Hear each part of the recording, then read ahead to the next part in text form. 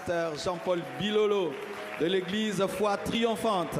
Acclamons le Seigneur.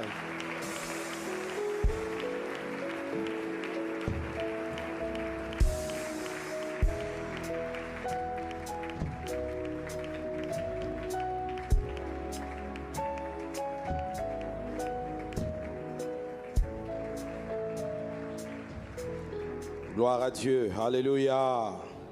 Est-ce qu'on peut acclamer plus fort pour Jésus? Jésus est digne. Il mérite nos acclamations, nos cris de joie, nos remerciements. Gloire à Jésus. Ces acclamations sont une façon de lui dire merci. Merci pour la vie, merci pour l'être, merci pour le mouvement. Merci pour la grâce. Merci pour son soutien, son secours. Merci parce qu'il est pour nous un refuge et un appui, un secours qui ne manque jamais dans la détresse. Béni soit le nom du Seigneur. Alléluia. Nous pouvons nous reprendre nos places, s'il vous plaît. Je vous salue tous au nom de Jésus-Christ, notre Seigneur. Et je bénis grandement le Seigneur pour la grâce qu'il m'accorde d'être au milieu de vous ce matin. Amen. Gloire à Dieu pour les 30 matins, ce programme qui est devenu une grande source des bénédictions pour le corps du Christ. Et vraiment pour moi, cette semaine a été la semaine des 30 matins, vraiment partout. Parce que j'ai été dans les extensions 30 matins, les extensions 30 matins. Et j'ai béni Dieu pour cela. Les mêmes réalités qui se passent ici se passent dans les extensions. Et nous rendons grâce à Dieu pour cela. Que Dieu soit béni. Je voudrais dire un grand merci au pasteur Marcelo pour la confiance, pour l'invitation, pour cette main d'association. J'ai eu la grâce de pouvoir participer à pas mal des 30 matins et je bénis Dieu pour le bon travail qui s'abat en cet endroit. Amen. Vraiment que Dieu le bénisse abondamment et qu'il vous bénisse vous aussi. Parce que ce n'est pas facile. 30 matins, vous êtes là.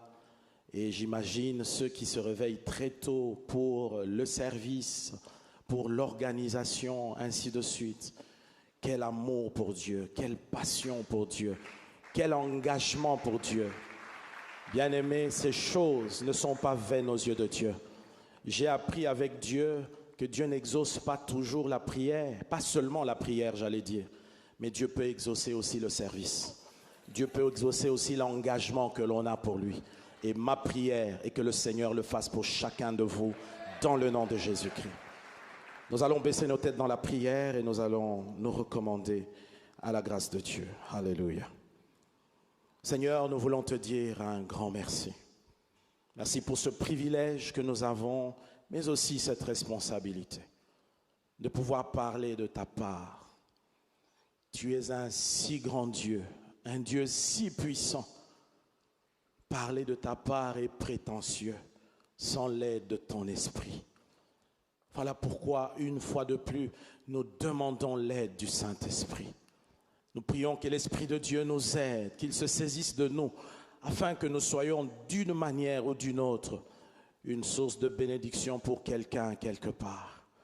Seigneur, bénis cette assemblée, bénis tous ceux qui nous suivent à travers les médias, partout où ils sont.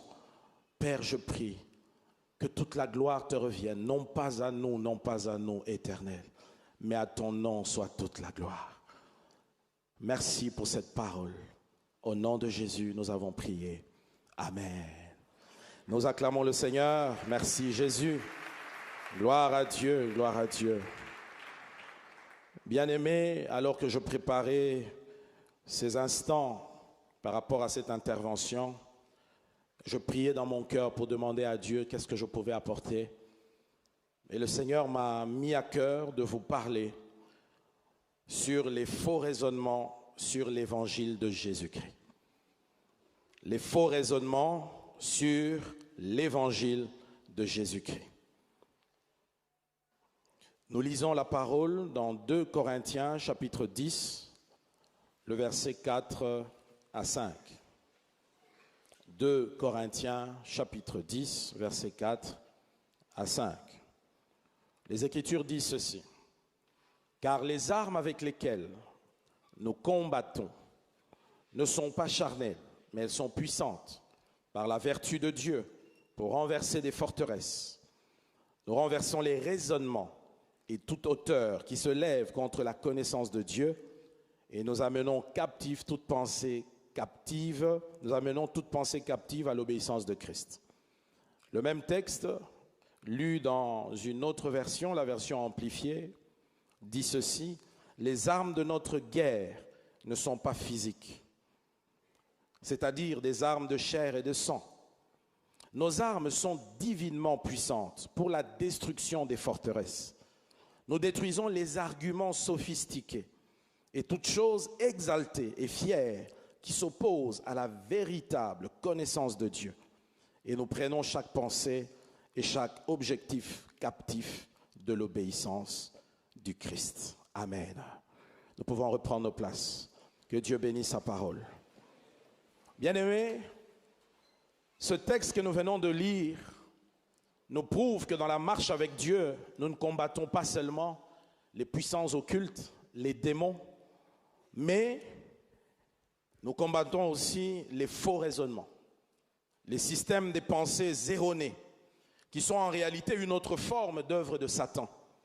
Puisque la Bible nous en parle, la Bible dit que dans les derniers jours, il y aura des doctrines des démons qui se manifesteront dans les derniers jours. Et ce matin, je voudrais, avec votre permission, m'atteler un peu sur le contexte de ce que Paul est en train de dire. Pourquoi Paul parle ainsi? Pourquoi il parle des faux raisonnements? Pourquoi il parle des forteresses à renverser? Alors, excusez-moi de faire un peu d'histoire. Amen. C'est toujours important, ça peut nous aider et nous éclairer à pouvoir bien cerner la pensée de l'apôtre Paul. N'oubliez pas que nous sommes ici dans l'épître de Paul aux Corinthiens. Et si vous êtes bon lecteur de la Bible, vous savez que l'église de Corinthe, qui était installée dans cette ville grecque antique de Corinthe, c'était une église implantée par l'apôtre Paul. Paul avait implanté cette église pendant environ 18 mois seulement, et il l'a fait lors de son deuxième voyage missionnaire. Paul a eu 3 voyages missionnaires, des voyages missionnaires qui ont servi à implanter les églises qu'il a laissées. Et durant son second voyage, il implantera cette église avec l'assistance d'Aquilas et Priscille que nous connaissons. Vous pouvez retrouver cette histoire dans Actes 18, le verset 1 à 7. Vous trouvez là ce que Paul a fait à Corinthe. Et l'histoire nous enseigne que Corinthe, c'était vraiment une ville prospère, une ville où il se passait beaucoup d'activités commerciales. Et à Corinthe, on dit que Corinthe était une ville intellectuellement arrogante. Elle était matériellement opulente et moralement corrompue. Le péché, sous toutes ses formes, était florissant dans cette contrée, dans cette ville de Corinthe. Et l'apôtre Paul rédige l'épître, la première, écrivant à l'église qu'il a implantée. Après s'être retiré, il est allé vers d'autres voyages. Il écrit à cette église pour gérer un certain nombre de choses. Vous savez, l'église de Corinthe, c'était une église spirituelle, remplie du Saint-Esprit. C'est même là que nous voyons l'étude des dons spirituels, ce que nous savons des dons spirituels. C'est à cause de ce que Paul a écrit. En fait, il s'y était passé beaucoup de troubles après que Paul soit parti. Dans la gestion, dans le fonctionnement de cette église. Et comme vous le savez, il y avait eu division dans cette église. Les uns étaient pour Paul, les autres étaient pour Apollos, un grand prédicateur éloquent. Les autres étaient pour Céphas, Pierre. Et c'est comme ça qu'il y avait un esprit partisan dans cette église. Au-delà de cela, il y avait le péché dans cette église. Il y avait l'impudicité qui s'y pratiquait. À Corinthe, sous l'onction du Saint-Esprit, il y avait exagération et débordement. Certains exégètes de la parole de Dieu disent qu'à Corinthe, les gens se saluaient en parlant en langue. tellement que ça débordait dans tous les sens. Au point que, se laissant aller aux révélations, à Corinthe, un jour, quelqu'un était en train de prophétiser. Il a même osé dire que Jésus soit anathème. Vous voyez tous ces désordres. Les gens venaient abuser lors des repas du Seigneur, manger exagérément. Il y avait de la gloutonnerie, des gens qui s'enivraient. Et l'apôtre Paul écrit la première épître pour corriger ces choses-là.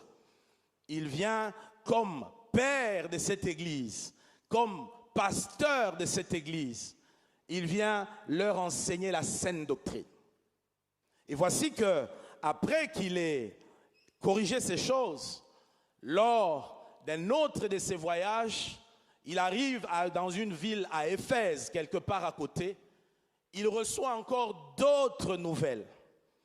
Et cette fois-là, Paul apprend qu'il y a à l'église de Corinthe des faux docteurs. Des faux docteurs qui sont en train de dévier le peuple de Dieu. Des faux docteurs qui enseignent des hérésies, qui conduisent le peuple à s'éloigner. C'est ainsi que Paul est pratiquement déçu de ce comportement des Corinthiens. Et il écrit la seconde épître de Corinthiens. Lorsqu'il écrit cette seconde épître, l'apôtre Paul écrit cette épître avec des objectifs précis. D'abord, en rédigeant cette épître, il s'adresse à 3 catégories de personnes. La première, il écrit pour encourager la majorité des chrétiens à Corinthe qui lui étaient demeurés fidèles et qui continuent à le considérer comme leur père spirituel. La deuxième raison pour laquelle il écrit cette deuxième épître, il écrit pour mettre au défi et exposer les faux apôtres et les faux docteurs qui continuaient à l'attaquer personnellement dans l'espoir de le discréditer et de discréditer son apostolat.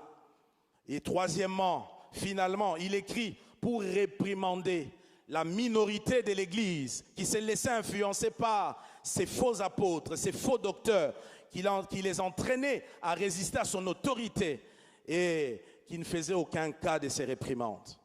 C'est dans ce contexte-là que l'apôtre Paul écrit. Amen, amen. Et l'un des principaux objectifs, c'est que Paul vient lutter contre les faux raisonnements dans les chefs des chrétiens de Corinthe. Des faux raisonnements qui venaient de la part des faux docteurs.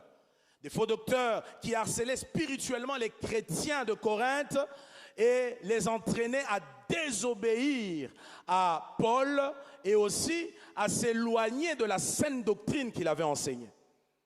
Étant physiquement éloigné des chrétiens de Corinthe, Paul est déterminé à les convaincre que les idées qu'ils ont reçues et par les enseignements de ces faux docteurs sont fausses. Pour lui, ce sont des faux raisonnements. Ce sont des faux raisonnements qui sont destructrices, des raisonnements qui détruisent leur foi en Jésus-Christ. Et Paul, au courant de toutes ces attaques, ces critiques dont il était l'objet, parce que ces faux docteurs, ces faux apôtres prétendaient que Paul n'était pas ce qu'il prétendait être. Ils s'attaquaient même à lui physiquement. Ces gens sont venus de Jérusalem, ils prétendaient être venus de l'église mère, ils s'appelaient apôtres, et ils sont arrivés pour dire ce sont eux les vrais apôtres. Paul n'en est pas un vrai, surtout qu'il n'a pas marché avec le Seigneur lui-même. Et puis, il s'attaquait même à Paul en disant, il est rigide, il est énergétique dans ses écrits, mais physiquement c'est intimide, c'est un charnel. Et c'est comme ça que l'apôtre Paul répond dans 2 Corinthiens chapitre 10, quand vous remontez au verset 1 à 2. La Bible dit, il dit, moi Paul, je suis, paraît-il, timide quand je suis présent parmi vous et hardi quand je suis absent, loin de vous.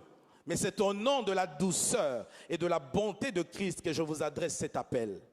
Je vous en prie, ne m'obligez pas, lorsque je serai chez vous, à montrer hardi, à me montrer hardi, j'allais dire, car je compte faire preuve de mon assurance et agir avec audace envers certains qui jugent notre conduite trop charnelle. Alléluia.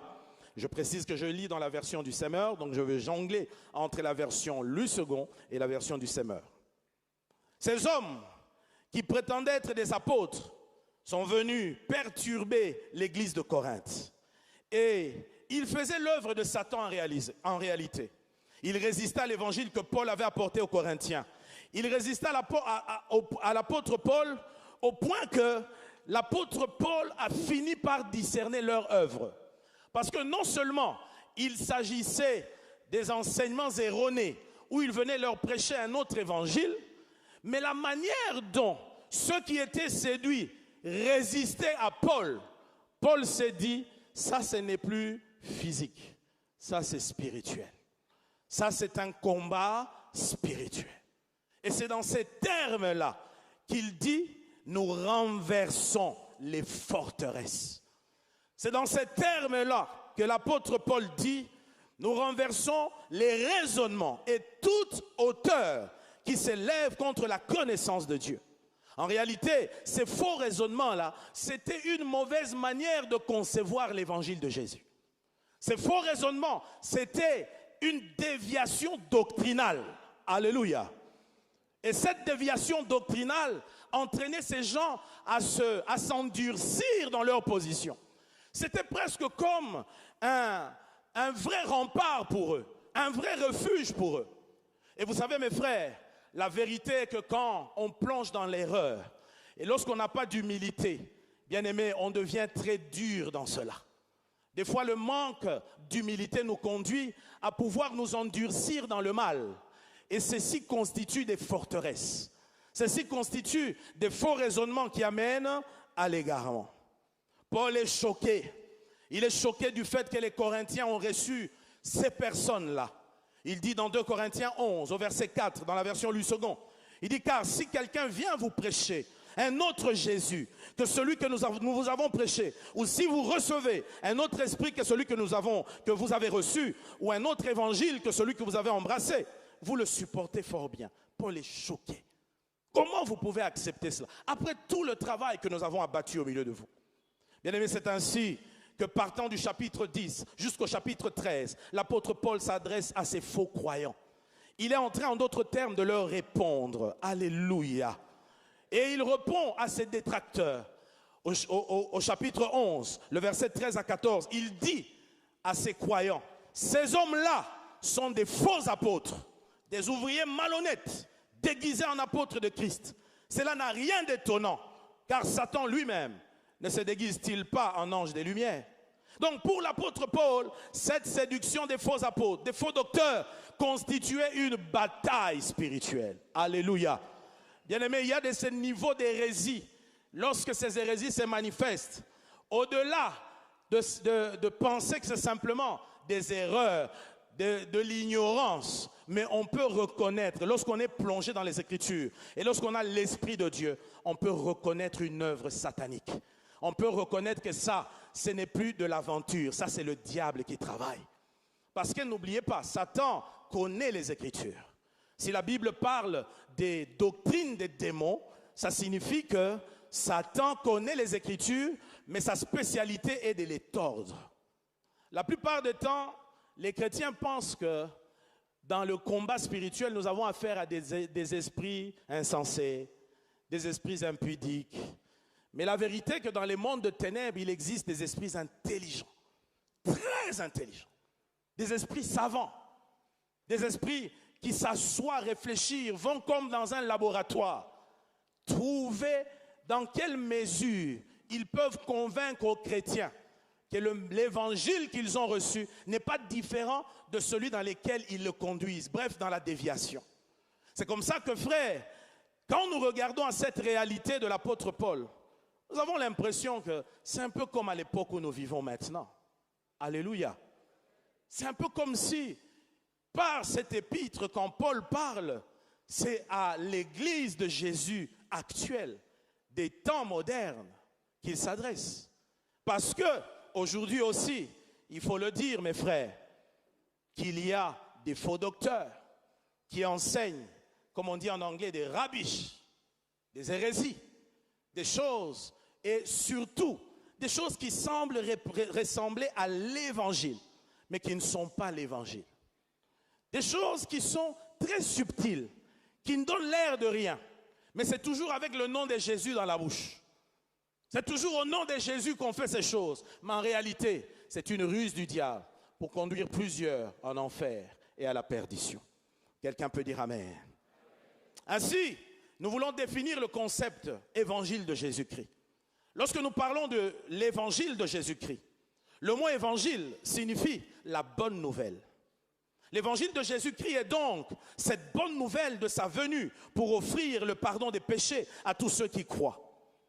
Dans Colossiens chapitre 1er au verset 14, dans la version du Semeur, la Bible dit « Étant unis à lui, nous sommes délivrés, car nous avons reçu les pardons des péchés. » Alléluia.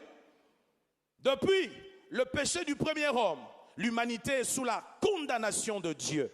C'est ainsi que la Bible nous dit, puisque par un seul homme, le péché est entré dans le monde, et par le péché la mort, et qu'ainsi la mort s'est étendue sur tous les hommes, parce que tous ont péché. Romains chapitre 5, verset 12. La Bible dit, tous ont péché et sont privés de la gloire de Dieu. Ils sont gratuitement justifiés par sa grâce, par les moyens de la rédemption qui est en Jésus-Christ. Romains chapitre 3, 23 à 24. Ainsi, la punition du péché, c'est la mort. Et la Bible dit dans Romains 6, 23, le salaire du péché, c'est la mort. Mais le don gratuit de Dieu, c'est la vie éternelle en Jésus-Christ notre Seigneur. Suivi ensuite d'une éternité passée dans un lieu de punition. Tous ceux-là qui auront marché dans le péché, loin du Seigneur, qui sont condamnés, finiront, comme le dit la Bible, dans un lieu de punition. Aujourd'hui, beaucoup de gens passent leur temps à nier l'existence de l'enfer. Oh, le mot enfer n'existe pas dans la Bible. C'est vrai que le mot enfer n'existe pas, mais la réalité de l'enfer existe. La Bible parle d'un étang de feu. Et à ces gens, je dirais, le mot Bible lui-même n'est pas dans la Bible. Oui. Mais pourtant, tous, nous l'appelons Bible. Ce n'est pas parce qu'un mot ne se retrouve pas dans la Bible que la réalité est inexistante dans la parole de Dieu. Ne tombons pas dans ces pièges, mes bien-aimés. La parole de Dieu le dit dans Apocalypse, chapitre 20. Non, nous lisons Apocalypse 20, verset 14. On parle de la seconde mort. Et la mort et les séjours des morts furent jetés dans l'étang de feu. L'étang de feu, c'est la seconde mort, l'étang de feu. Dans Matthieu 25, verset 46, il est écrit, et ceux-ci iront au châtiment éternel, mais le juste à la vie éternelle. Ainsi, bien-aimés, la mauvaise nouvelle, selon laquelle nous sommes tous coupables de péché et condamnés par Dieu, est contre cette nouvelle-là, la mauvaise nouvelle. On est tous pécheurs, nous sommes des pauvres pécheurs. Dieu soit loué, parce que cette mauvaise nouvelle est contrée par l'évangile de la bonne nouvelle de Jésus-Christ. Si hier, nous étions condamnés à aller en enfer, à la perdition éternelle, mais l'évangile que Jésus nous apporte, elle vient nous ouvrir la possibilité d'entrer dans l'éternité. Elle vient nous donner la possibilité d'éviter l'enfer. Alléluia. L'évangile est comme cette farine que le prophète a jetée dans ce pot rempli de poison, et le poison a été dissipé. Il est certes vrai que l'humanité est condamnée à la destruction, à la perdition éternelle par le péché, mais la bonne nouvelle, c'est que Jésus a pourvu au salut de l'humanité. Alléluia. Ainsi, mes bien-aimés, remarquez très bien, la Bible souligne le contenu du message évangélique, c'est-à-dire de l'évangile de Jésus-Christ. Dans 1 Corinthiens chapitre 15, versets 1 à 6, Paul dit ceci. « Je vous rappelle, frères et sœurs, l'évangile que je vous ai annoncé, que vous avez reçu et dans lequel vous tenez ferme, c'est aussi par lui que vous êtes sauvés, si vous le retenez dans les termes où je vous l'ai annoncé. Autrement, votre foi aurait été inutile. Je vous ai transmis avant tout le message que j'avais moi-même reçu. Christ est mort pour nos péchés, conformément aux Écritures. Il a été enseveli et il est ressuscité le troisième jour, conformément aux Écritures. Ensuite, il est apparu à Céphas, puis aux 12. Après cela, il est apparu à plus de 500 frères et sœurs à la fois, dont la plupart sont encore vivants et dont quelques-uns sont morts. Alléluia. Vous entendez dans ces passages, Paul souligne la primauté de l'évangile. L'évangile est de première importance. Le message de l'évangile contient des faits historiques, oui, des faits historiques, mais en vérité, derrière ce message, il y avait ce que les apôtres appelaient le kérygme. Vous savez, l'évangile que nous prêchons aujourd'hui n'a pas commencé avec nous. L'évangile a commencé avec des premiers chrétiens, ceux qui ont marché avec Jésus et qui ont continué son œuvre. C'est ainsi que ces premiers chrétiens, avec les apôtres, avaient l'essentiel de l'évangile. L'essentiel de l'évangile était constitué de 5 faits, 5 choses que la première église a prêchées, que les apôtres prêchaient. Quels sont ces faits? 1. La vie et le ministère de Jésus.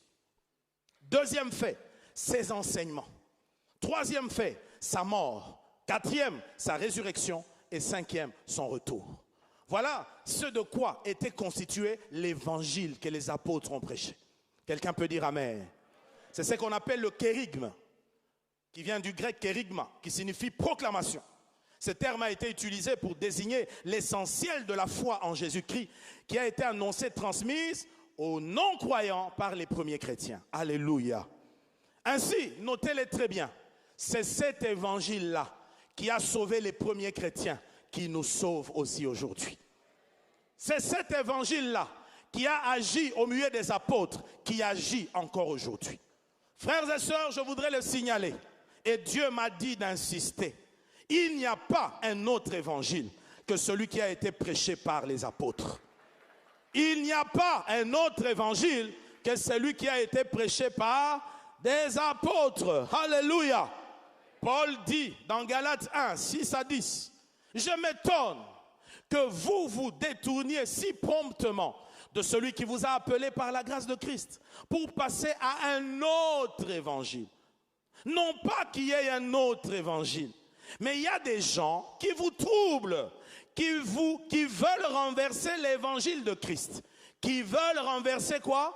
L'évangile de Christ.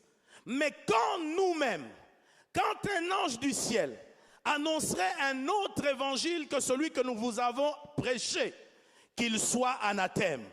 Nous l'avons dit précédemment, et je le répète à cette heure, si quelqu'un vous annonce un autre évangile que celui que vous avez reçu, qu'il soit maudit, qu'il soit anathème.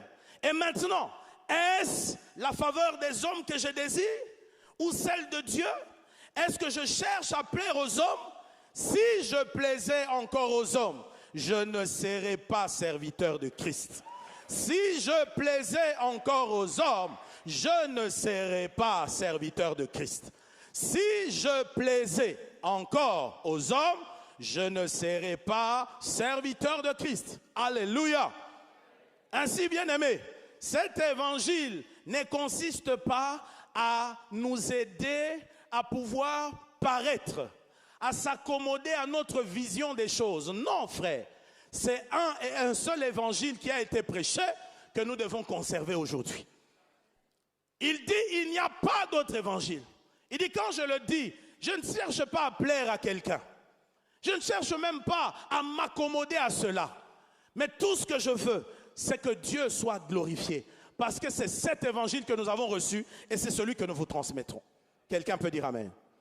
Mes frères, il y a malheureusement de nos jours quelques faux raisonnements au sujet de cet évangile de Jésus. Voici quelques faux raisonnements. Ce matin, je vous en donne 3. La première, c'est de croire que l'évangile de Jésus a besoin de connaître une évolution. C'est-à-dire une mise à jour, un update, comme on dit. L'évangile a besoin de connaître une évolution. Il faut le moderniser. C'est comme ça qu'on entend des expressions nouveaux. Évangile de la prospérité. Évangile de la grâce. Frère, il n'y a pas un autre évangile. L'évangile de Jésus ne peut qu'être un évangile de prospérité. Ne peut qu'être un évangile qui fait prospérer. Oui, prospérer c'est quoi? C'est exceller. Quand on rencontre la vraie parole du Seigneur, mais elle nous fait exceller. Mes frères et sœurs, nous avons connu le Seigneur il y a plus d'une trentaine d'années. C'est que nous étions, nous ne le sommes plus. Il y a eu des changements, il y a eu de bouleversements, non seulement dans la dimension spirituelle, mais gloire à Dieu, même dans la vie courante. Parce que l'évangile, quand il est reçu, il nous fait exceller, il nous fait progresser. En commençant par notre âme, dans l'homme intérieur, et puis son débordement peut être extérieur. La prospérité en elle-même n'est pas mauvaise, elle est biblique. Je souhaite que tu prospères à tous égards, comme prospère l'état de ton âme. C'est la parole de Dieu. Mais quant à dire qu'il y aurait un évangile de la prospérité, c'est une déviation. Est-ce que vous me comprenez très bien? Je ne suis pas contre la prospérité, mes frères. Je crois en cela. Je crois que Dieu bénit. Je crois que Dieu peut nous aider matériellement à pouvoir évoluer, exceller, ainsi de suite. Mais seulement, ce sur quoi je m'insurge, c'est un évangile déséquilibré. Où l'on enseigne aux chrétiens, écoutez une pensée de l'évangile de la prospérité. On prétend que la pauvreté est une malédiction. Mes frères, si elle est une malédiction, ça signifie que l'œuvre de la croix n'a rien fait dans vos vies. Parce que n'avons-nous pas des chrétiens pauvres aujourd'hui? Des gens qui aiment le Seigneur, qui le servent fidèlement. J'ai entendu des prédicateurs prêcher disant, frère, si Jésus n'agit pas dans ta vie, tu ne vois pas ta vie sociale changer, qu'est-ce qui te prouve que tu iras au ciel? Waouh! Sottise, comme disait mon pasteur, bêtise. Alléluia! Frère, qu'est-ce que ma vie sociale a à voir avec mon éternité? Écoutez les teneurs de l'évangile de la prospérité. Ils prétendent que le pauvre Lazare était insensé et idiot. Ils disent comment il a pu vivre à côté d'un riche et n'a pas profité de la richesse de cet homme. C'est qu'il était insensé. Ce n'est pas là le but de cet enseignement ou de cette parabole. Au contraire, cette parabole nous apprend, malgré toute sa pauvreté durant sa vie, regardez la finalité. Ne le disons-nous pas, mieux vaut la fin d'une chose que... Je préfère mourir de faim aujourd'hui pour manger demain, mes frères, qu'est l'inverse. Cet homme a vécu toute la vie dans les déboires de la vie. Mais il a fini comment? Dès que son souffle est parti, c'est un cortège des anges qui sont venus le chercher. Il est entré dans la félicité éternelle et il était auprès d'Abraham dans le paradis. Mais regardez cet homme qui avait mené vie heureuse et joyeuse sur la terre. Il a fini comment? Dans le tourment. Alléluia. Maintenant, prétendre que Lazare était insensé. Vous pensez vraiment que quand vous étudiez cette parabole, c'est Lazare l'insensé? Au contraire, Lazare a capté la sagesse de sa vie. Il a compris le sens de sa vie. Même si socialement, il n'a pas réussi. Mais la vérité, ce qui compte, c'est l'éternité. Que nous dit la Bible? À quoi servirait-il à un homme de gagner le monde s'il perd son âme? L'âme est plus importante. Le salut de l'âme est plus important. Et ça, c'est quelque chose que l'évangile de la prospérité veut nous faire oublier. Ce message qui oriente les gens à avoir un gain avide, un souci avide de la réussite sociale et matérielle, a fait que nos chrétiens sont devenus matérialistes. A fait que la mission est morte dans la plupart d'assemblées. Parce que, frères et sœurs, un soldat qui va au combat et qui, arrivé sur le champ de bataille, passe son temps à faire des affaires, n'aura pas le souci d'aller à la guerre. Parce qu'il doit gagner de l'argent. Alléluia. Imaginez un militaire, il va au front. Il arrive là-bas, il commence à vendre les armes, il vend la tenue militaire, il vend un peu tout ça, et puis après il s'éclaircit le teint, il a des chaînettes partout, il aime bien se sentir, il est parfumé, il a belle allure. Un type comme ça acceptera d'aller là où il y a vraiment les balles qui tirent. Non, c'est ce qui nous est arrivé aujourd'hui. Regardez la mission de Jésus dans le monde. Elle se fait très peu. Si tous tels que nous sommes là, nous étions réellement des soldats de Jésus, préoccupés à la mission, mes frères, je vous dis la vérité, cette assemblée aura un problème. Quel est ce problème? Où mettre les gens? Si tous, tels que nous sommes là, les églises qui marchent dans la vérité, nous nous disons, nous allons évangéliser, la ville de Kinshasa va bouger. Les choses vont changer dans cette nation. Dites Amen. Amen. C'est ça la vérité. Mais que fait cet évangile? Il nous fait oublier cela. Cet évangile rend les chrétiens égoïstes, à ne penser qu'à eux. Écoutez nos prières. Seigneur, mes enfants, ma femme. Seigneur, donne-moi mon pain. Seigneur, fais ceci. Et même quand on a tendance à aller aider les gens pour leur apporter un quelconque bien, c'est dans le but de se faire valoir. Vous avez déjà vu des gens comme ça? Ils aident pour qu'on sache que c'est eux qui ont aidé. Voilà ce que cet évangile fait de nous. Cet évangile, je suis d'accord avec cet homme qui a dit, cet évangile nourrit le ego de l'homme, l'orgueil de l'homme. On est rempli de beaucoup de nous-mêmes. On cherche à paraître, on veut être. Alors que Jésus nous a apporté la simplicité de l'évangile. Regardez Christ, c'était un homme simple. Bien-aimés, est-ce que je peux vous prouver la simplicité de Jésus? Regardez, on va arrêter Jésus le jour où Judas le livre. Lorsque Judas s'amène avec cette cohorte des militaires, ils arrivent. Ces militaires ne savent pas reconnaître Jésus. Vous savez qu'il a fallu que Judas leur donne un signe distinctif pour qu'ils sachent que c'est de Jésus qu'il s'agit. Pourquoi? Judas a dû dire, celui que j'embrasserai, c'est lui. Parce qu'autrement, ils n'auraient pas reconnu Jésus. Ils auraient pensé que c'était Pierre, ils auraient pensé que c'était Matthieu, ils auraient pensé, parce que Jésus était comme tout le monde. Il était simple. Alléluia. Mais ça, l'homme de l'évangile de la prospérité ne l'accepte pas. Il va être différent. Il va être au-dessus de tous. Il va écraser les autres. Alléluia. Mais Jésus, notre Seigneur en qui nous avons cru, était un homme simple. Est un homme qui vivait dans la simplicité la plus totale. Et c'est ce qui a permis qu'il touche le plus grand nombre. Alléluia.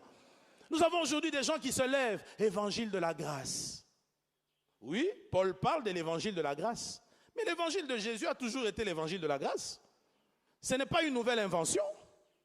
Mais si cela veut dire que c'est une licence qu'on donne au péché. Oh, nous sommes sous la grâce. Il n'y a plus de loi. Il n'y a plus de recommandations. Là où le péché abonde, la grâce surabonde. Est-ce que c'est ce que la Bible dit? Passez-moi ce verset-là. Là où le péché abonde, la grâce surabonde. Vous voyez, le fait de ne pas connaître les Écritures, on a gobé cela. La Bible ne dit pas ça. La Bible déclare, là où le péché a abondé, la grâce a surabondé. Savez-vous que ça change tout le sens? Oui, c'est passé. Les hommes étaient perdus. Les hommes étaient dans l'abondance du péché. Et dans cette abondance du péché, Dieu, en Jésus, a fait surabonder sa grâce. Est-ce que je parle à quelqu'un ce matin? Suis-je dans une salle vide ou avec des hommes qui m'écoutent? Alléluia. Il n'y a pas d'un évangile spécial de la grâce. Non, mes frères. L'évangile de Jésus, c'est l'évangile de grâce. Alléluia. Qui sauve les pécheurs, qui qu'ils soient. Qui l'amène au salut et le transforme. Aujourd'hui, nous avons un deuxième faux raisonnement. Croire que l'évangile n'est pas suffisant pour résoudre les problèmes des hommes. Vous avez entendu ça? La mort de Jésus fait partie de l'évangile, n'est-ce pas? La croix. On nous dit, même si tu es chrétien, ce n'est pas suffisant. Il faut bâtir les autels. Vous avez entendu ça quelque part? Je peux parler? Je peux vous dire la vérité? Puis-je parler? Mes frères, d'abord l'autel c'est quoi? Je parie qu'il y en a qui sont tenants de ces courants, qui ne savent même pas ce que c'est l'autel. L'autel c'est une table. Mais ça. Sur lesquels on déposait un sacrifice. Au commencement, il était fait de pierre, quelquefois des terres, et puis après, c'était le bois. Et on y plaçait un sacrifice qu'on offrait à l'Éternel. Alléluia. Mais que nous dit la Bible? Toutes ces choses étaient l'ombre des choses à venir. C'est pourquoi, quand Jésus est mort à la croix, Jésus a mis fin au sacrifice sanglant. Parce que lui a payé le prix. Bien-aimé, il n'y a pas dans le Nouveau Testament d'autres autels. Le seul autel que nous avons dans le Nouveau Testament, c'est la croix. J'aimerais le dire. Le seul autel que nous avons dans le Nouveau Testament, c'est la croix de Golgotha. Là où l'agneau de Dieu qui ôte les péchés du monde a été sacrifié. Toute doctrine qui a tendance à amoindrir l'œuvre de la croix et du diable, c'est un faux raisonnement, c'est une forteresse à détruire. Dites amen avec moi s'il vous plaît. Que ce matin, que cette forteresse soit détruite en toi au nom de Jésus. Mais ce que les gens ne réalisent pas, ce n'est pas simplement ce fait de bâtir les hôtels, mais c'est ce qu'il y a derrière. Nous sommes en train de donner l'impression aux gens que l'argent est la solution à leurs problèmes. Et ce n'est plus Dieu. Et vous savez quel est le démon qui est derrière l'argent? Il s'appelle Mammon. Et Mammon règne dans la vie des gens. Vous êtes en train de donner à l'argent le pouvoir qu'il n'a pas. Un pouvoir de salut. Un pouvoir de justification dans votre vie. Mes frères et sœurs, ce que Jésus a fait à la croix est suffisant. Il a dit à la croix, tout est accompli. Est-ce que vous comprenez le sens de cette parole? Tout. Tout signifie quoi? Tout sauf rien. Dites amen. Tout est accompli. Ta guérison, elle est accomplie à la croix. Il s'est chargé de tes maladies. Il a pris tes infirmités à la croix. Par tes meurtrissures, tu as été guéri. Alléluia. Qu'est-ce qu'il faut encore? La malédiction. Tu n'as pas besoin de bâtir un hôtel. La Bible nous dit, il s'est fait malédiction à la croix afin que nous recevions la bénédiction d'Abraham. Pourquoi veux-tu payer pour ce pourquoi Jésus a déjà payé? Alléluia. Est-ce que je peux parler? Il y a des gens qui me regardent avec des gros yeux ici. C'est normal, ce sont des forteresses. Les forteresses sont très ténants. Ils sont difficiles à enlever. Très difficiles, surtout quand on est dans la fausse voie. Et c'est ce que Paul subissait à Corinthe. Ces gens ne voulaient pas se détourner de la mauvaise voie. On leur disait, mais l'évangile c'est ça. Regardez ce qui est écrit. Avez-vous vu les apôtres bâtir les hôtels? À un seul endroit. Vous voyez? On veut nous ramener dans l'Ancien Testament. Donc on veut judaïser. Alors judaïsons. Devenons des prosélytes. Alléluia. Il faut une kippa pour le pasteur. Il faut les talites. Je vois des talites aujourd'hui. Tu n'as pas besoin d'un vêtement pour entrer dans la présence de Dieu. Jésus nous a facilité les choses. Vous savez, un homme disait, le chrétien aujourd'hui, il est comme quelqu'un dont son oreille le chatouille, l'oreille droite. Au lieu de faire juste ça, il fait ça. Vous avez compris? Au lieu de faire juste ça, mais il fait ça. Donc nous aimons les choses difficiles, les choses compliquées. On aime des histoires, mais tout ça, c'est le background. Nous avons surtout, nous en RDC, un background animiste. Vous voyez? Nos ancêtres, ainsi de suite. C'était toujours, il faut toujours qu'il y ait quelque chose de spécial, quelque chose de particulier. Un homme m'a dit, non, si tu prêches aux gens simplement, ces gens ne croiront pas. Il faut un peu spiritualiser les choses. Parce que pour lui, spiritualiser, c'est tourner le noir de l'œil. Je peux parler? C'est s'habiller en robe, c'est laisser la barbe pousser, et c'est marcher avec un certain heure. Alors quand je viens vous prêcher comme ça, j'ai dit, alors là, vous sortez de l'argent, vous donnez. Non, Jésus a simplifié les choses. Crois au Seigneur Jésus, tu seras sauvé. C'est aussi simple. Dis à ton voisin, c'est simple. Paul dit, quelque part, il dit, je crains que vous vous soyez éloignés de la simplicité en Christ. Il le dit.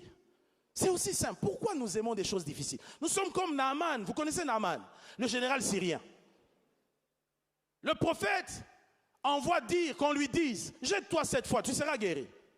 Oh non! Où ça? Dans le Jourdain. Mais chez nous, il y a un meilleur fleuve. Il y a l'Albana, il y a le Parpa. Pourquoi cet homme me demande? On lui dit, chef, cet homme, s'il t'avait demandé quelque chose de difficile, tu l'aurais fait. S'il avait dit, écoute, consultation, 2 millions de dollars.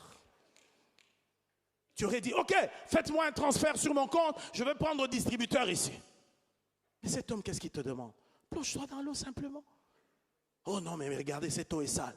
J'imagine Naaman avec beaucoup de forteresses dans la tête. Il entre la première fois, il rentre, il dit, vous voyez, il n'y a rien. On a dit patron, on a dit 7 fois. C'est pas pour rien qu'on est allé à l'école quand même. Il entre là 2, 3 fois, il sort, il dit, vous voyez, il n'y a rien, je vous dis. On lui dit, mais on a dit 7. Il dit, mais où est la différence? De toute façon, je me suis déjà plongé plusieurs fois. Il arrive à la 5e fois, il sort, non, je m'en vais. Oh, monsieur. Obéis simplement, ça te coûte quoi? Quand il entre à la 7e fois, il sort. Sa peau redevient comme celle d'un bébé. C'est pour dire, dans la simplicité, Dieu se glorifie. Dans la simplicité, Dieu se manifeste. Je suis de ceux qui croient qu'il y a de la gloire dans le naturel. Alléluia. Nous n'avons pas besoin d'être spécial. Nous n'avons pas besoin de prouver des choses à Dieu. Non, mes frères, Dieu nous connaît. Pourquoi tu vas impressionner Dieu? Dieu connaît ta taille. Il connaît ce que tu es. C'est lui-même l'auteur de ta vie. Quand tu n'étais qu'une masse informe dans les seins de ta mère, ses yeux te voyaient. Toi-même, tu ne te savais pas existant, mais lui te voyait déjà. Lorsque ton père et ta mère n'avaient même pas le projet de pouvoir se mettre ensemble pour t'avoir toi, Dieu savait que tu existais. Dieu savait que je l'enverrais sur la terre. Il sera un puissant serviteur de Dieu. Il me servira dans la puissance et dans la parole. Maintenant, toi, tu viens sur la terre, tu veux impressionner Dieu. Tu veux faire des choses. Non pas qu'il y a des exigences, qu'il y a des choses que Dieu nous demande. Mais ces choses ne sont pas si difficiles. La Bible dit, ces commandements ne sont pas pénibles. 1 Jean chapitre 5, verset 3. Ils ne sont pas pénibles. Écoutez, Dieu ne peut pas vous donner une chose pour laquelle il sait très bien que vous ne pouvez pas la faire. Jamais.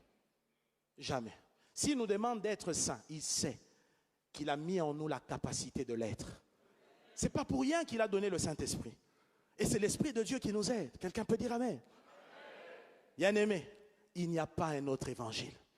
Dis, aide-moi à dire à ton voisin, il n'y a pas un autre évangile. Encore une fois, il n'y a pas un autre évangile. Cessons de compliquer. La vie est déjà compliquée, mes frères. Ayons pitié.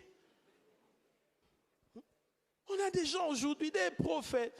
Non, mes frères, pourquoi vous avez besoin de mentir? L'Église a besoin des vrais prophètes. Oui, les vrais prophètes aident l'avancée de l'Église. Comme le pasteur l'a dit tout à l'heure, prions pour des révélations, des visions. On a besoin de ça.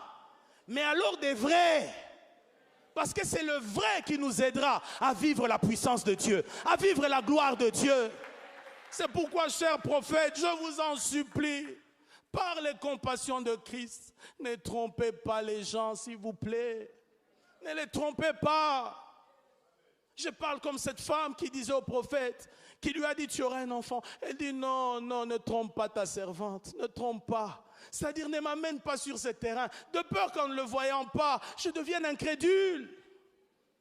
Alléluia. Mais heureusement qu'elle avait affaire à un vrai. Celui-là ne l'a pas condamné. Tu doutes de moi? Il n'a pas dit ça.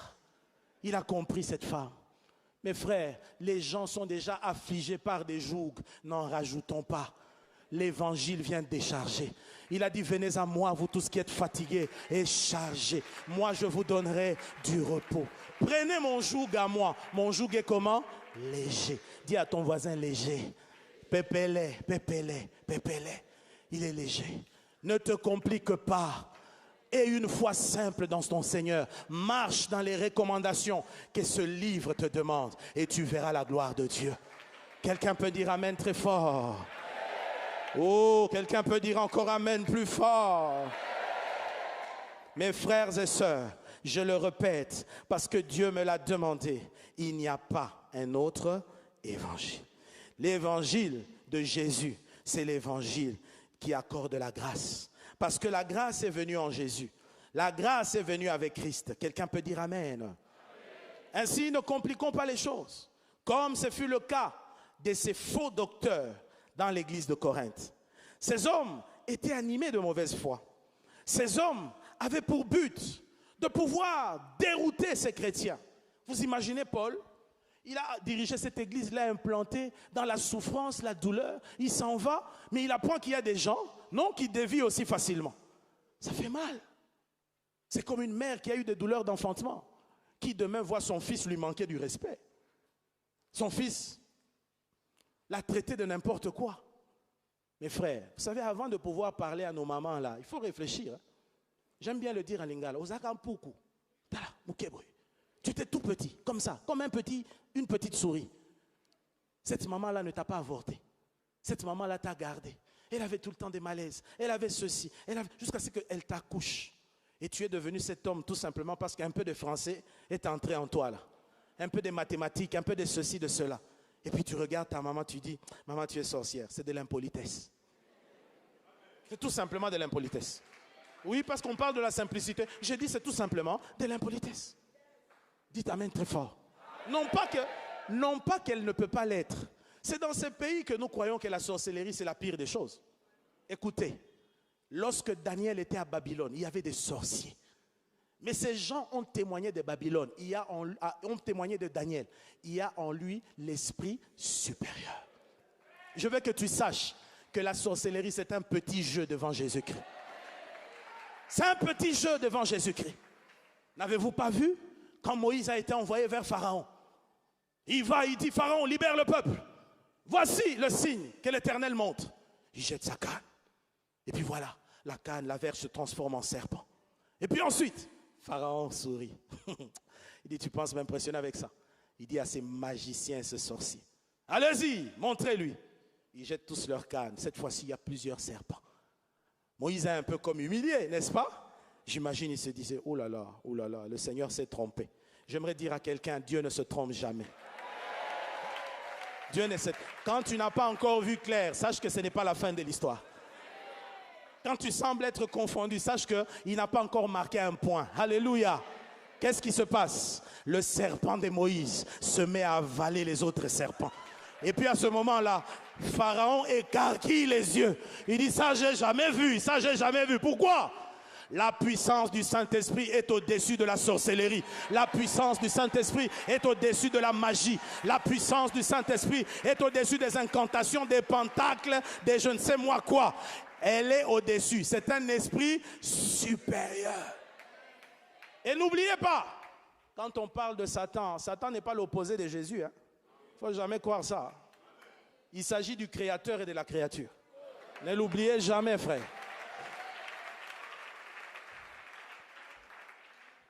Je vois des gens, quand ils sont en face d'un problème démoniaque, ils changent de visage, ils font des choses, ainsi de suite. Tu n'as pas besoin de ça.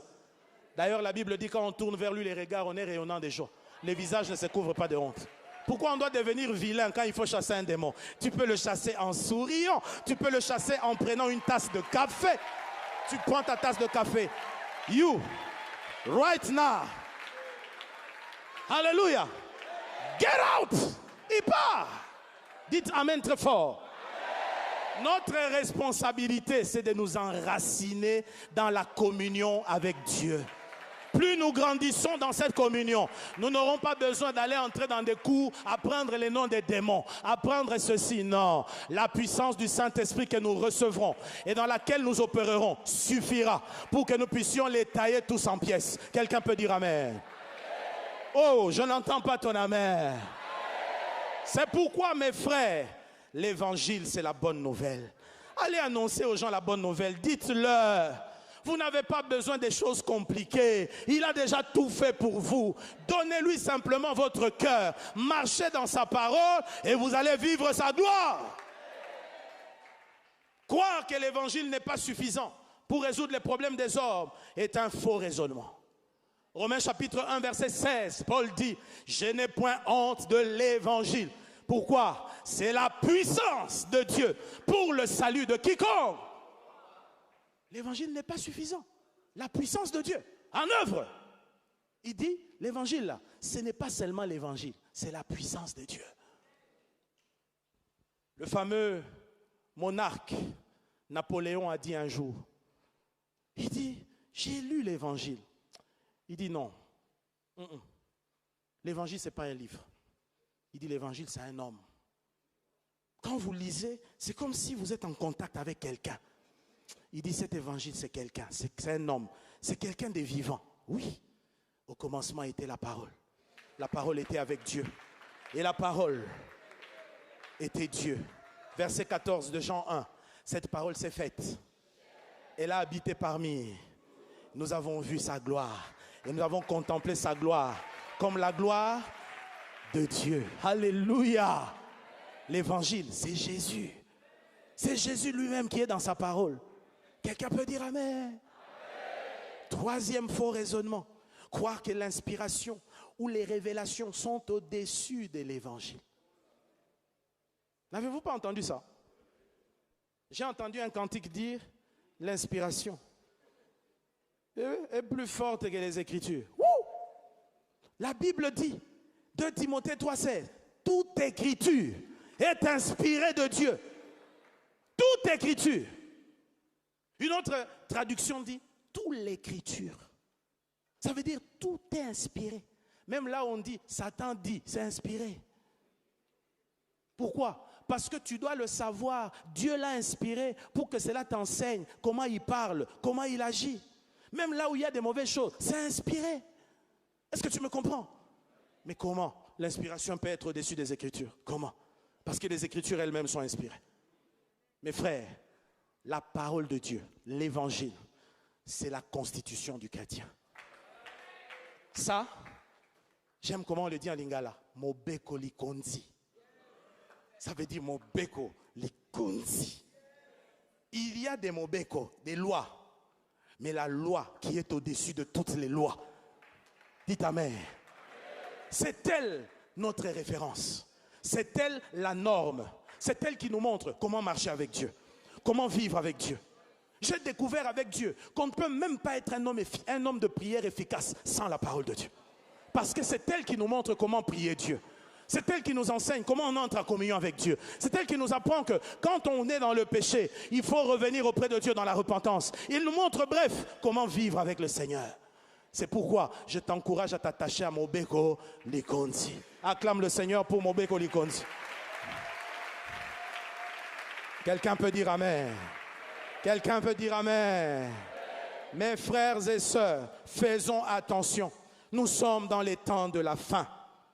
Voici les voies pour éviter de tomber dans les faux raisonnements sur l'évangile de Jésus-Christ. Voici quelques voies. La première, c'est vivre une vie chrétienne fondée sur les saintes Écritures.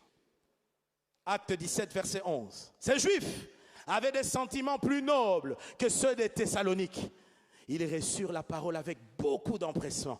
Ils examinaient chaque jour les Écritures pour voir si ce qu'on leur disait était exact. Nous devons être comme les Juifs de Bérée. Nous devons avoir une vie fondée sur les Écritures. Mes frères, c'est la clé pour échapper aux hérésies. C'est la clé. Mais regardez ce que le diable a fait. Très peu lisent la parole aujourd'hui. Est-ce qu'on a encore des chrétiens qui se réveillent le matin, qui ouvrent leur Bible, la lisent et puis prient? Est-ce qu'il y en a encore? Je n'imagine pas. Regardez nos études bibliques. C'est à peine que les gens viennent. Nous nous aimons plus. Culte charismata. Mais c'est un déséquilibre. Qui est celui-là qui ne fait que boire sans manger? Il faut manger, il faut boire. La puissance de Dieu a sa place parce que la parole de Dieu en parle. Mais sauf que il faut que nous soyons de ceux dont la vie est fondée sur les saintes Écritures. Croire en l'évangile plus que dans la parole de quiconque, plus que dans la parole du pasteur, plus que dans la parole du prophète, plus que dans la parole de l'apôtre, plus que dans la parole de l'évangéliste, plus que la parole du prédicateur. L'évangile reste évangile. Alléluia. Ainsi notre vie doit être fondée. Bien-aimés, regardez, les téléphones, aujourd'hui ça me fait rire, hein, pasteur. Quand je demande à l'église qui a amené sa Bible, les gens soulèvent les téléphones. Mais ce n'est pas la Bible, c'est le téléphone. Il faut peut-être qu'on pose la question. Qui a amené son téléphone dans lequel il y a la Bible? Ça change, hein? Alléluia. Ce n'est pas mauvais. C'est la parole de Dieu à l'intérieur. Mais sauf que toi et moi, nous savons que quand il s'agit de méditer la parole de Dieu, à peine tu veux méditer, tu peux passer. Ton argent est prêt. Tu vas continuer à méditer? Alléluia. Hein? Même si tu es le plus spirituel. Alléluia. C'est pourquoi, écoutez, moi j'aime ma vieille Bible. J'aime ma vieille Bible. J'aime assurer dedans. J'aime écrire. J'aime. Alléluia. Il y a quelque chose. Je me rappelle que quand on s'est converti nouvellement, on appelait ça Munduki. Munduki. Alléluia. Et on aimait bien. Je me rappelle quand j'étais encore tout jeune dans la foi. À peine converti, j'ai fait des cotisations, j'ai gardé de l'argent, j'ai épargné. Et puis, tout ça, c'était pour acheter une Bible Scofield. Ce jour-là, je n'avais pas d'argent de transport. J'ai dû quitter Ngali et Mabinza pour aller à pied jusqu'à Matongé. En fait, je ne me rendais pas compte de la distance parce que j'étais consolé à l'idée de savoir que je vais avoir une Bible Scofield. Et puis, je suis allé. C'est arrivé là-bas quand il fallait rentrer que j'ai réalisé que c'était loin. Alléluia. Mais néanmoins, je suis rentré avec ma Bible et je voulais la dévorer. En un jour, j'en ai lu plus que la moitié. En un jour, j'étais là en train de lire. Je lisais. Ouh, mais ça, j'ai jamais vu. Ça, c'est merveilleux. Mais qu'est-ce que Dieu veut me dire par là?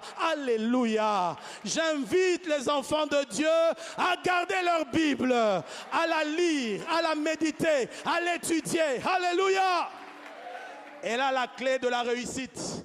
Il est écrit que ce livre de la loi ne s'éloigne point de ta bouche. Médite-le jour et nuit, afin d'agir fidèlement selon tout ce qui est écrit. C'est alors que tu auras. C'est alors que tu réussiras dans toutes. C'est la clé. Munduki. Dis avec moi Munduki. Munduki. Alléluia. Bien-aimés, vivons des vies chrétiennes fondées sur la parole de Dieu. Que la parole de Dieu soit notre constitution. Que la parole de Dieu soit ce livre qui dirige nos pas. Soit ce livre qui inspire nos attitudes, nos mouvements, tout ce que nous faisons. Alléluia. Tu as besoin de la parole de Dieu. Bien-aimé, la deuxième chose, il faut avoir l'amour de la vérité. L'amour de la vérité. Les Écritures disent, dans 2 Thessaloniciens 2, 9 à 10, il est écrit: l'apparition de cet impie se fera par la puissance de Satan, avec toutes sortes de miracles, des signes et des prodiges mensongers, et avec toutes les séductions de l'iniquité pour ceux qui périssent. Pourquoi? Parce qu'ils n'ont pas reçu l'amour de la vérité pour être sauvés. Il faut l'amour de la vérité pour être sauvé. Il faut aimer la vérité. Quelquefois la vérité est dure, mais la vérité, elle te blessera, mais elle t'affranchira. Vous connaîtrez la vérité vous rendra libre. C'est pourquoi, mes frères, je bénis Dieu pour votre pasteur. Il y a des jours où il vient ici avec mon panga. Non, nous avons besoin d'être des fois sous le leadership des gens comme ça. Des gens qui peuvent crier, tonner sur nous. J'ai eu la grâce de grandir dans une église où le pasteur criait sur nous pendant 6 mois.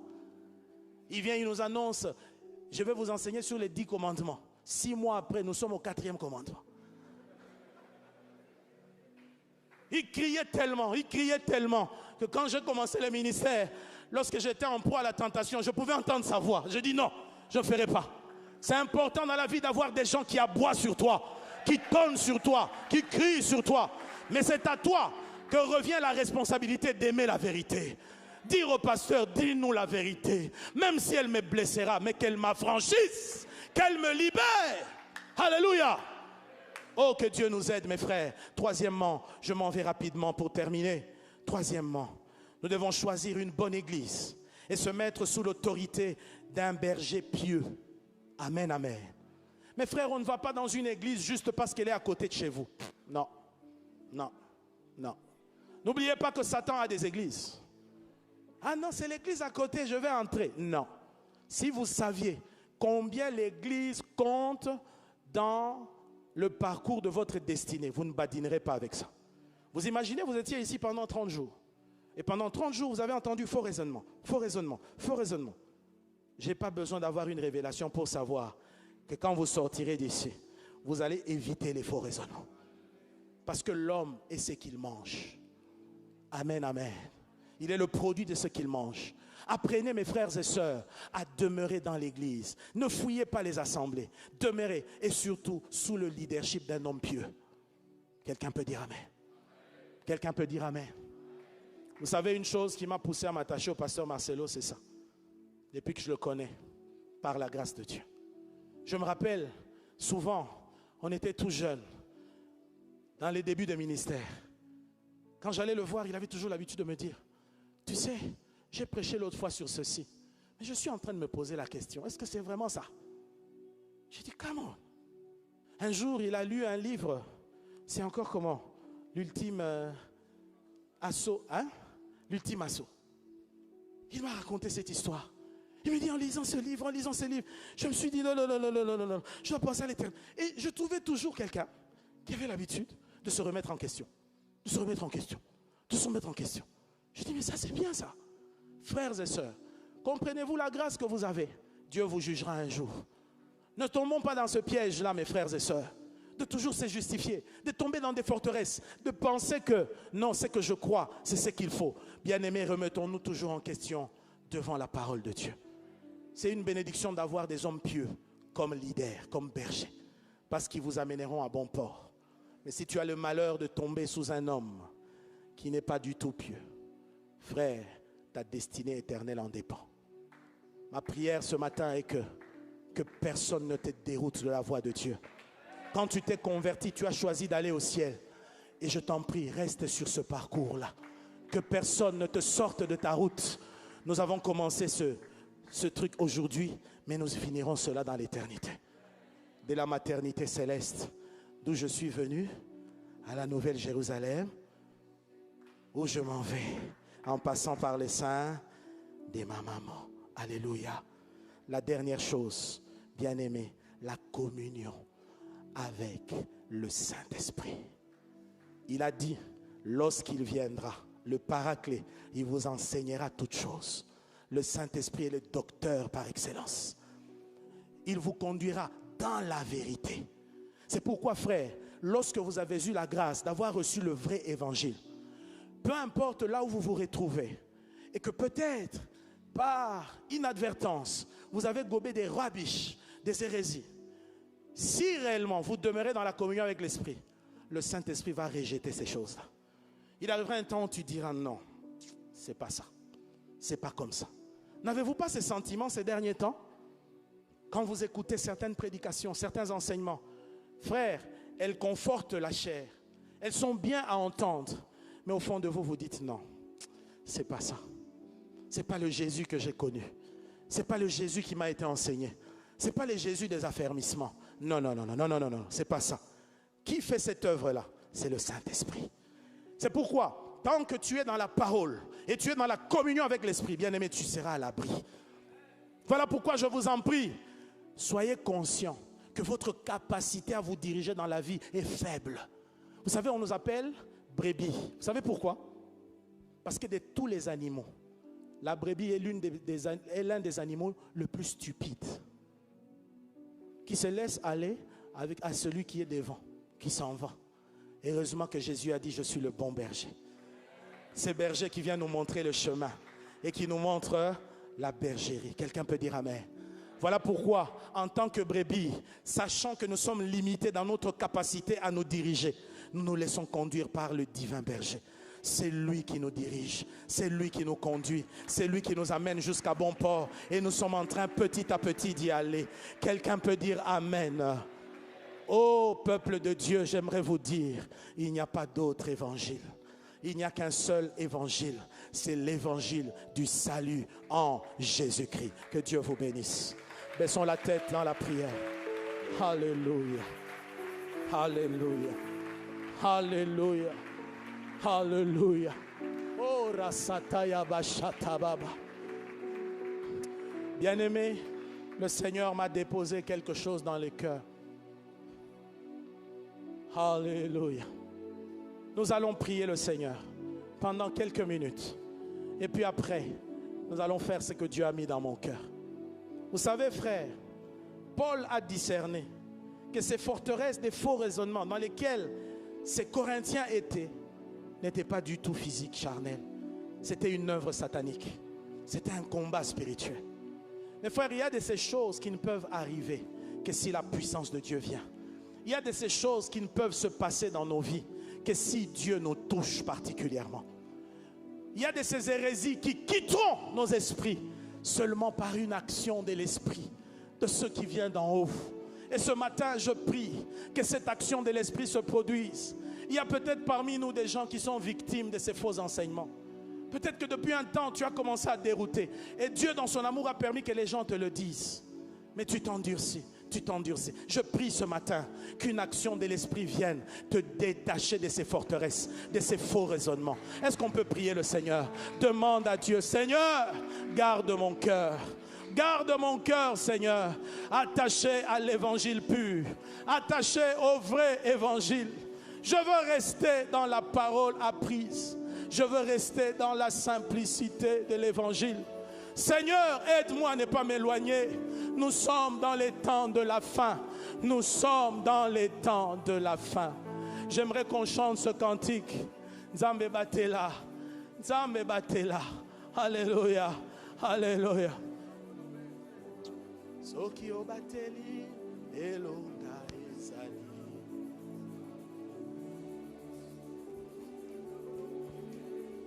Molilie.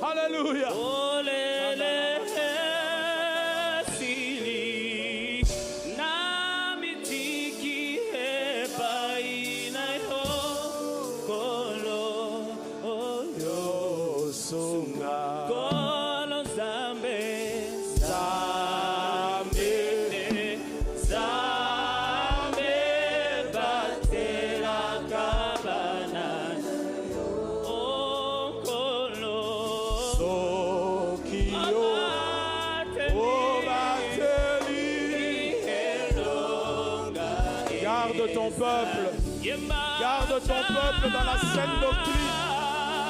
Garde ton peuple dans la vérité.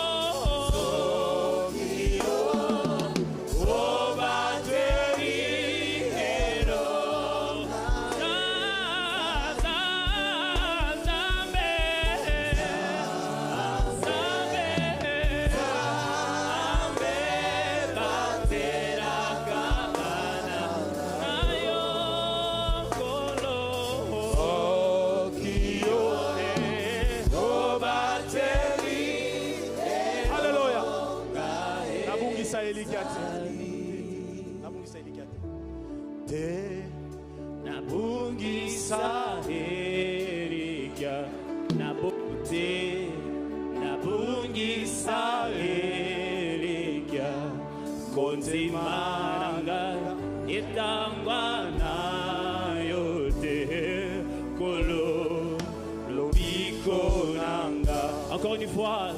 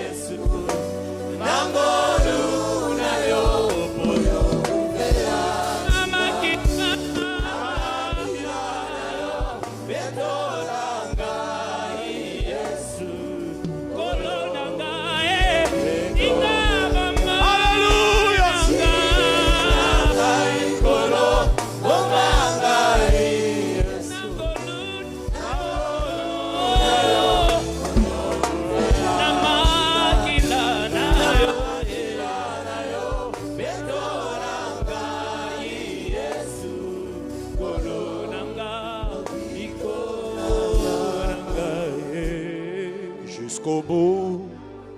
Je veux te suivre dans les bons, les mauvais jours. À toi pour mourir et vivre. À toi Jésus pour toujours.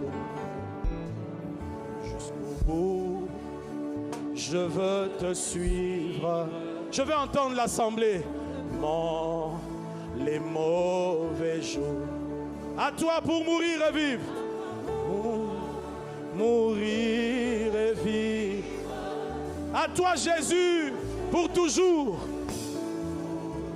Oui, jusqu'au bout. Jusqu'au bout. Je veux te suivre dans les bons, les mauvais jours. À toi pour mourir et vivre. À toi Jésus pour toujours. Bien-aimé, est-ce qu'on peut lever une main, la main droite? Paul a dit ceci. J'aurais aimé venir vers vous pour vous communiquer quelques grâces, quelques dons, en vous imposant les mains. Bien-aimé, par l'imposition des mains, les dons peuvent se communiquer. Les grâces peuvent se communiquer.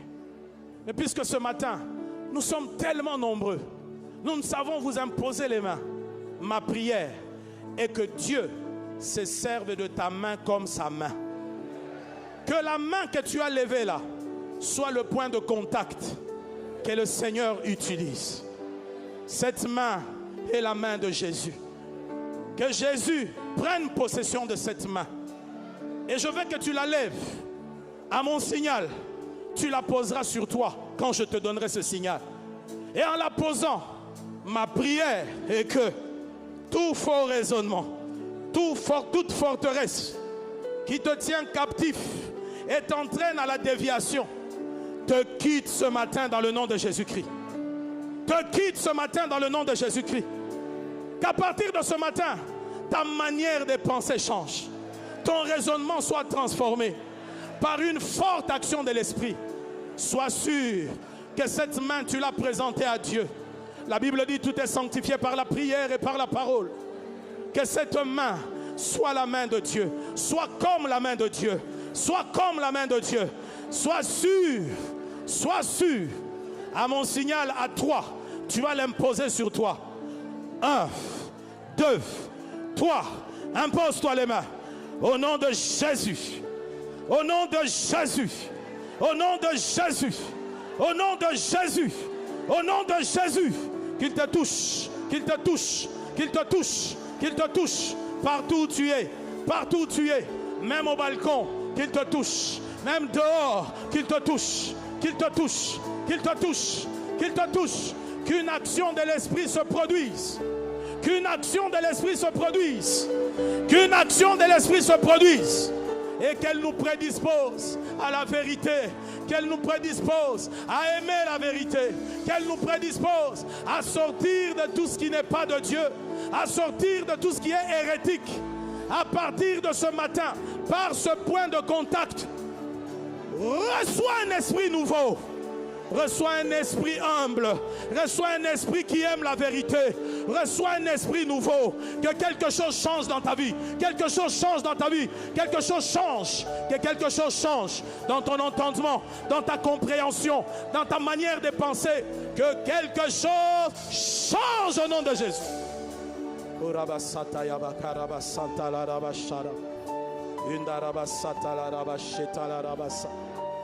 Indarabasata yabakarabasata yabaka.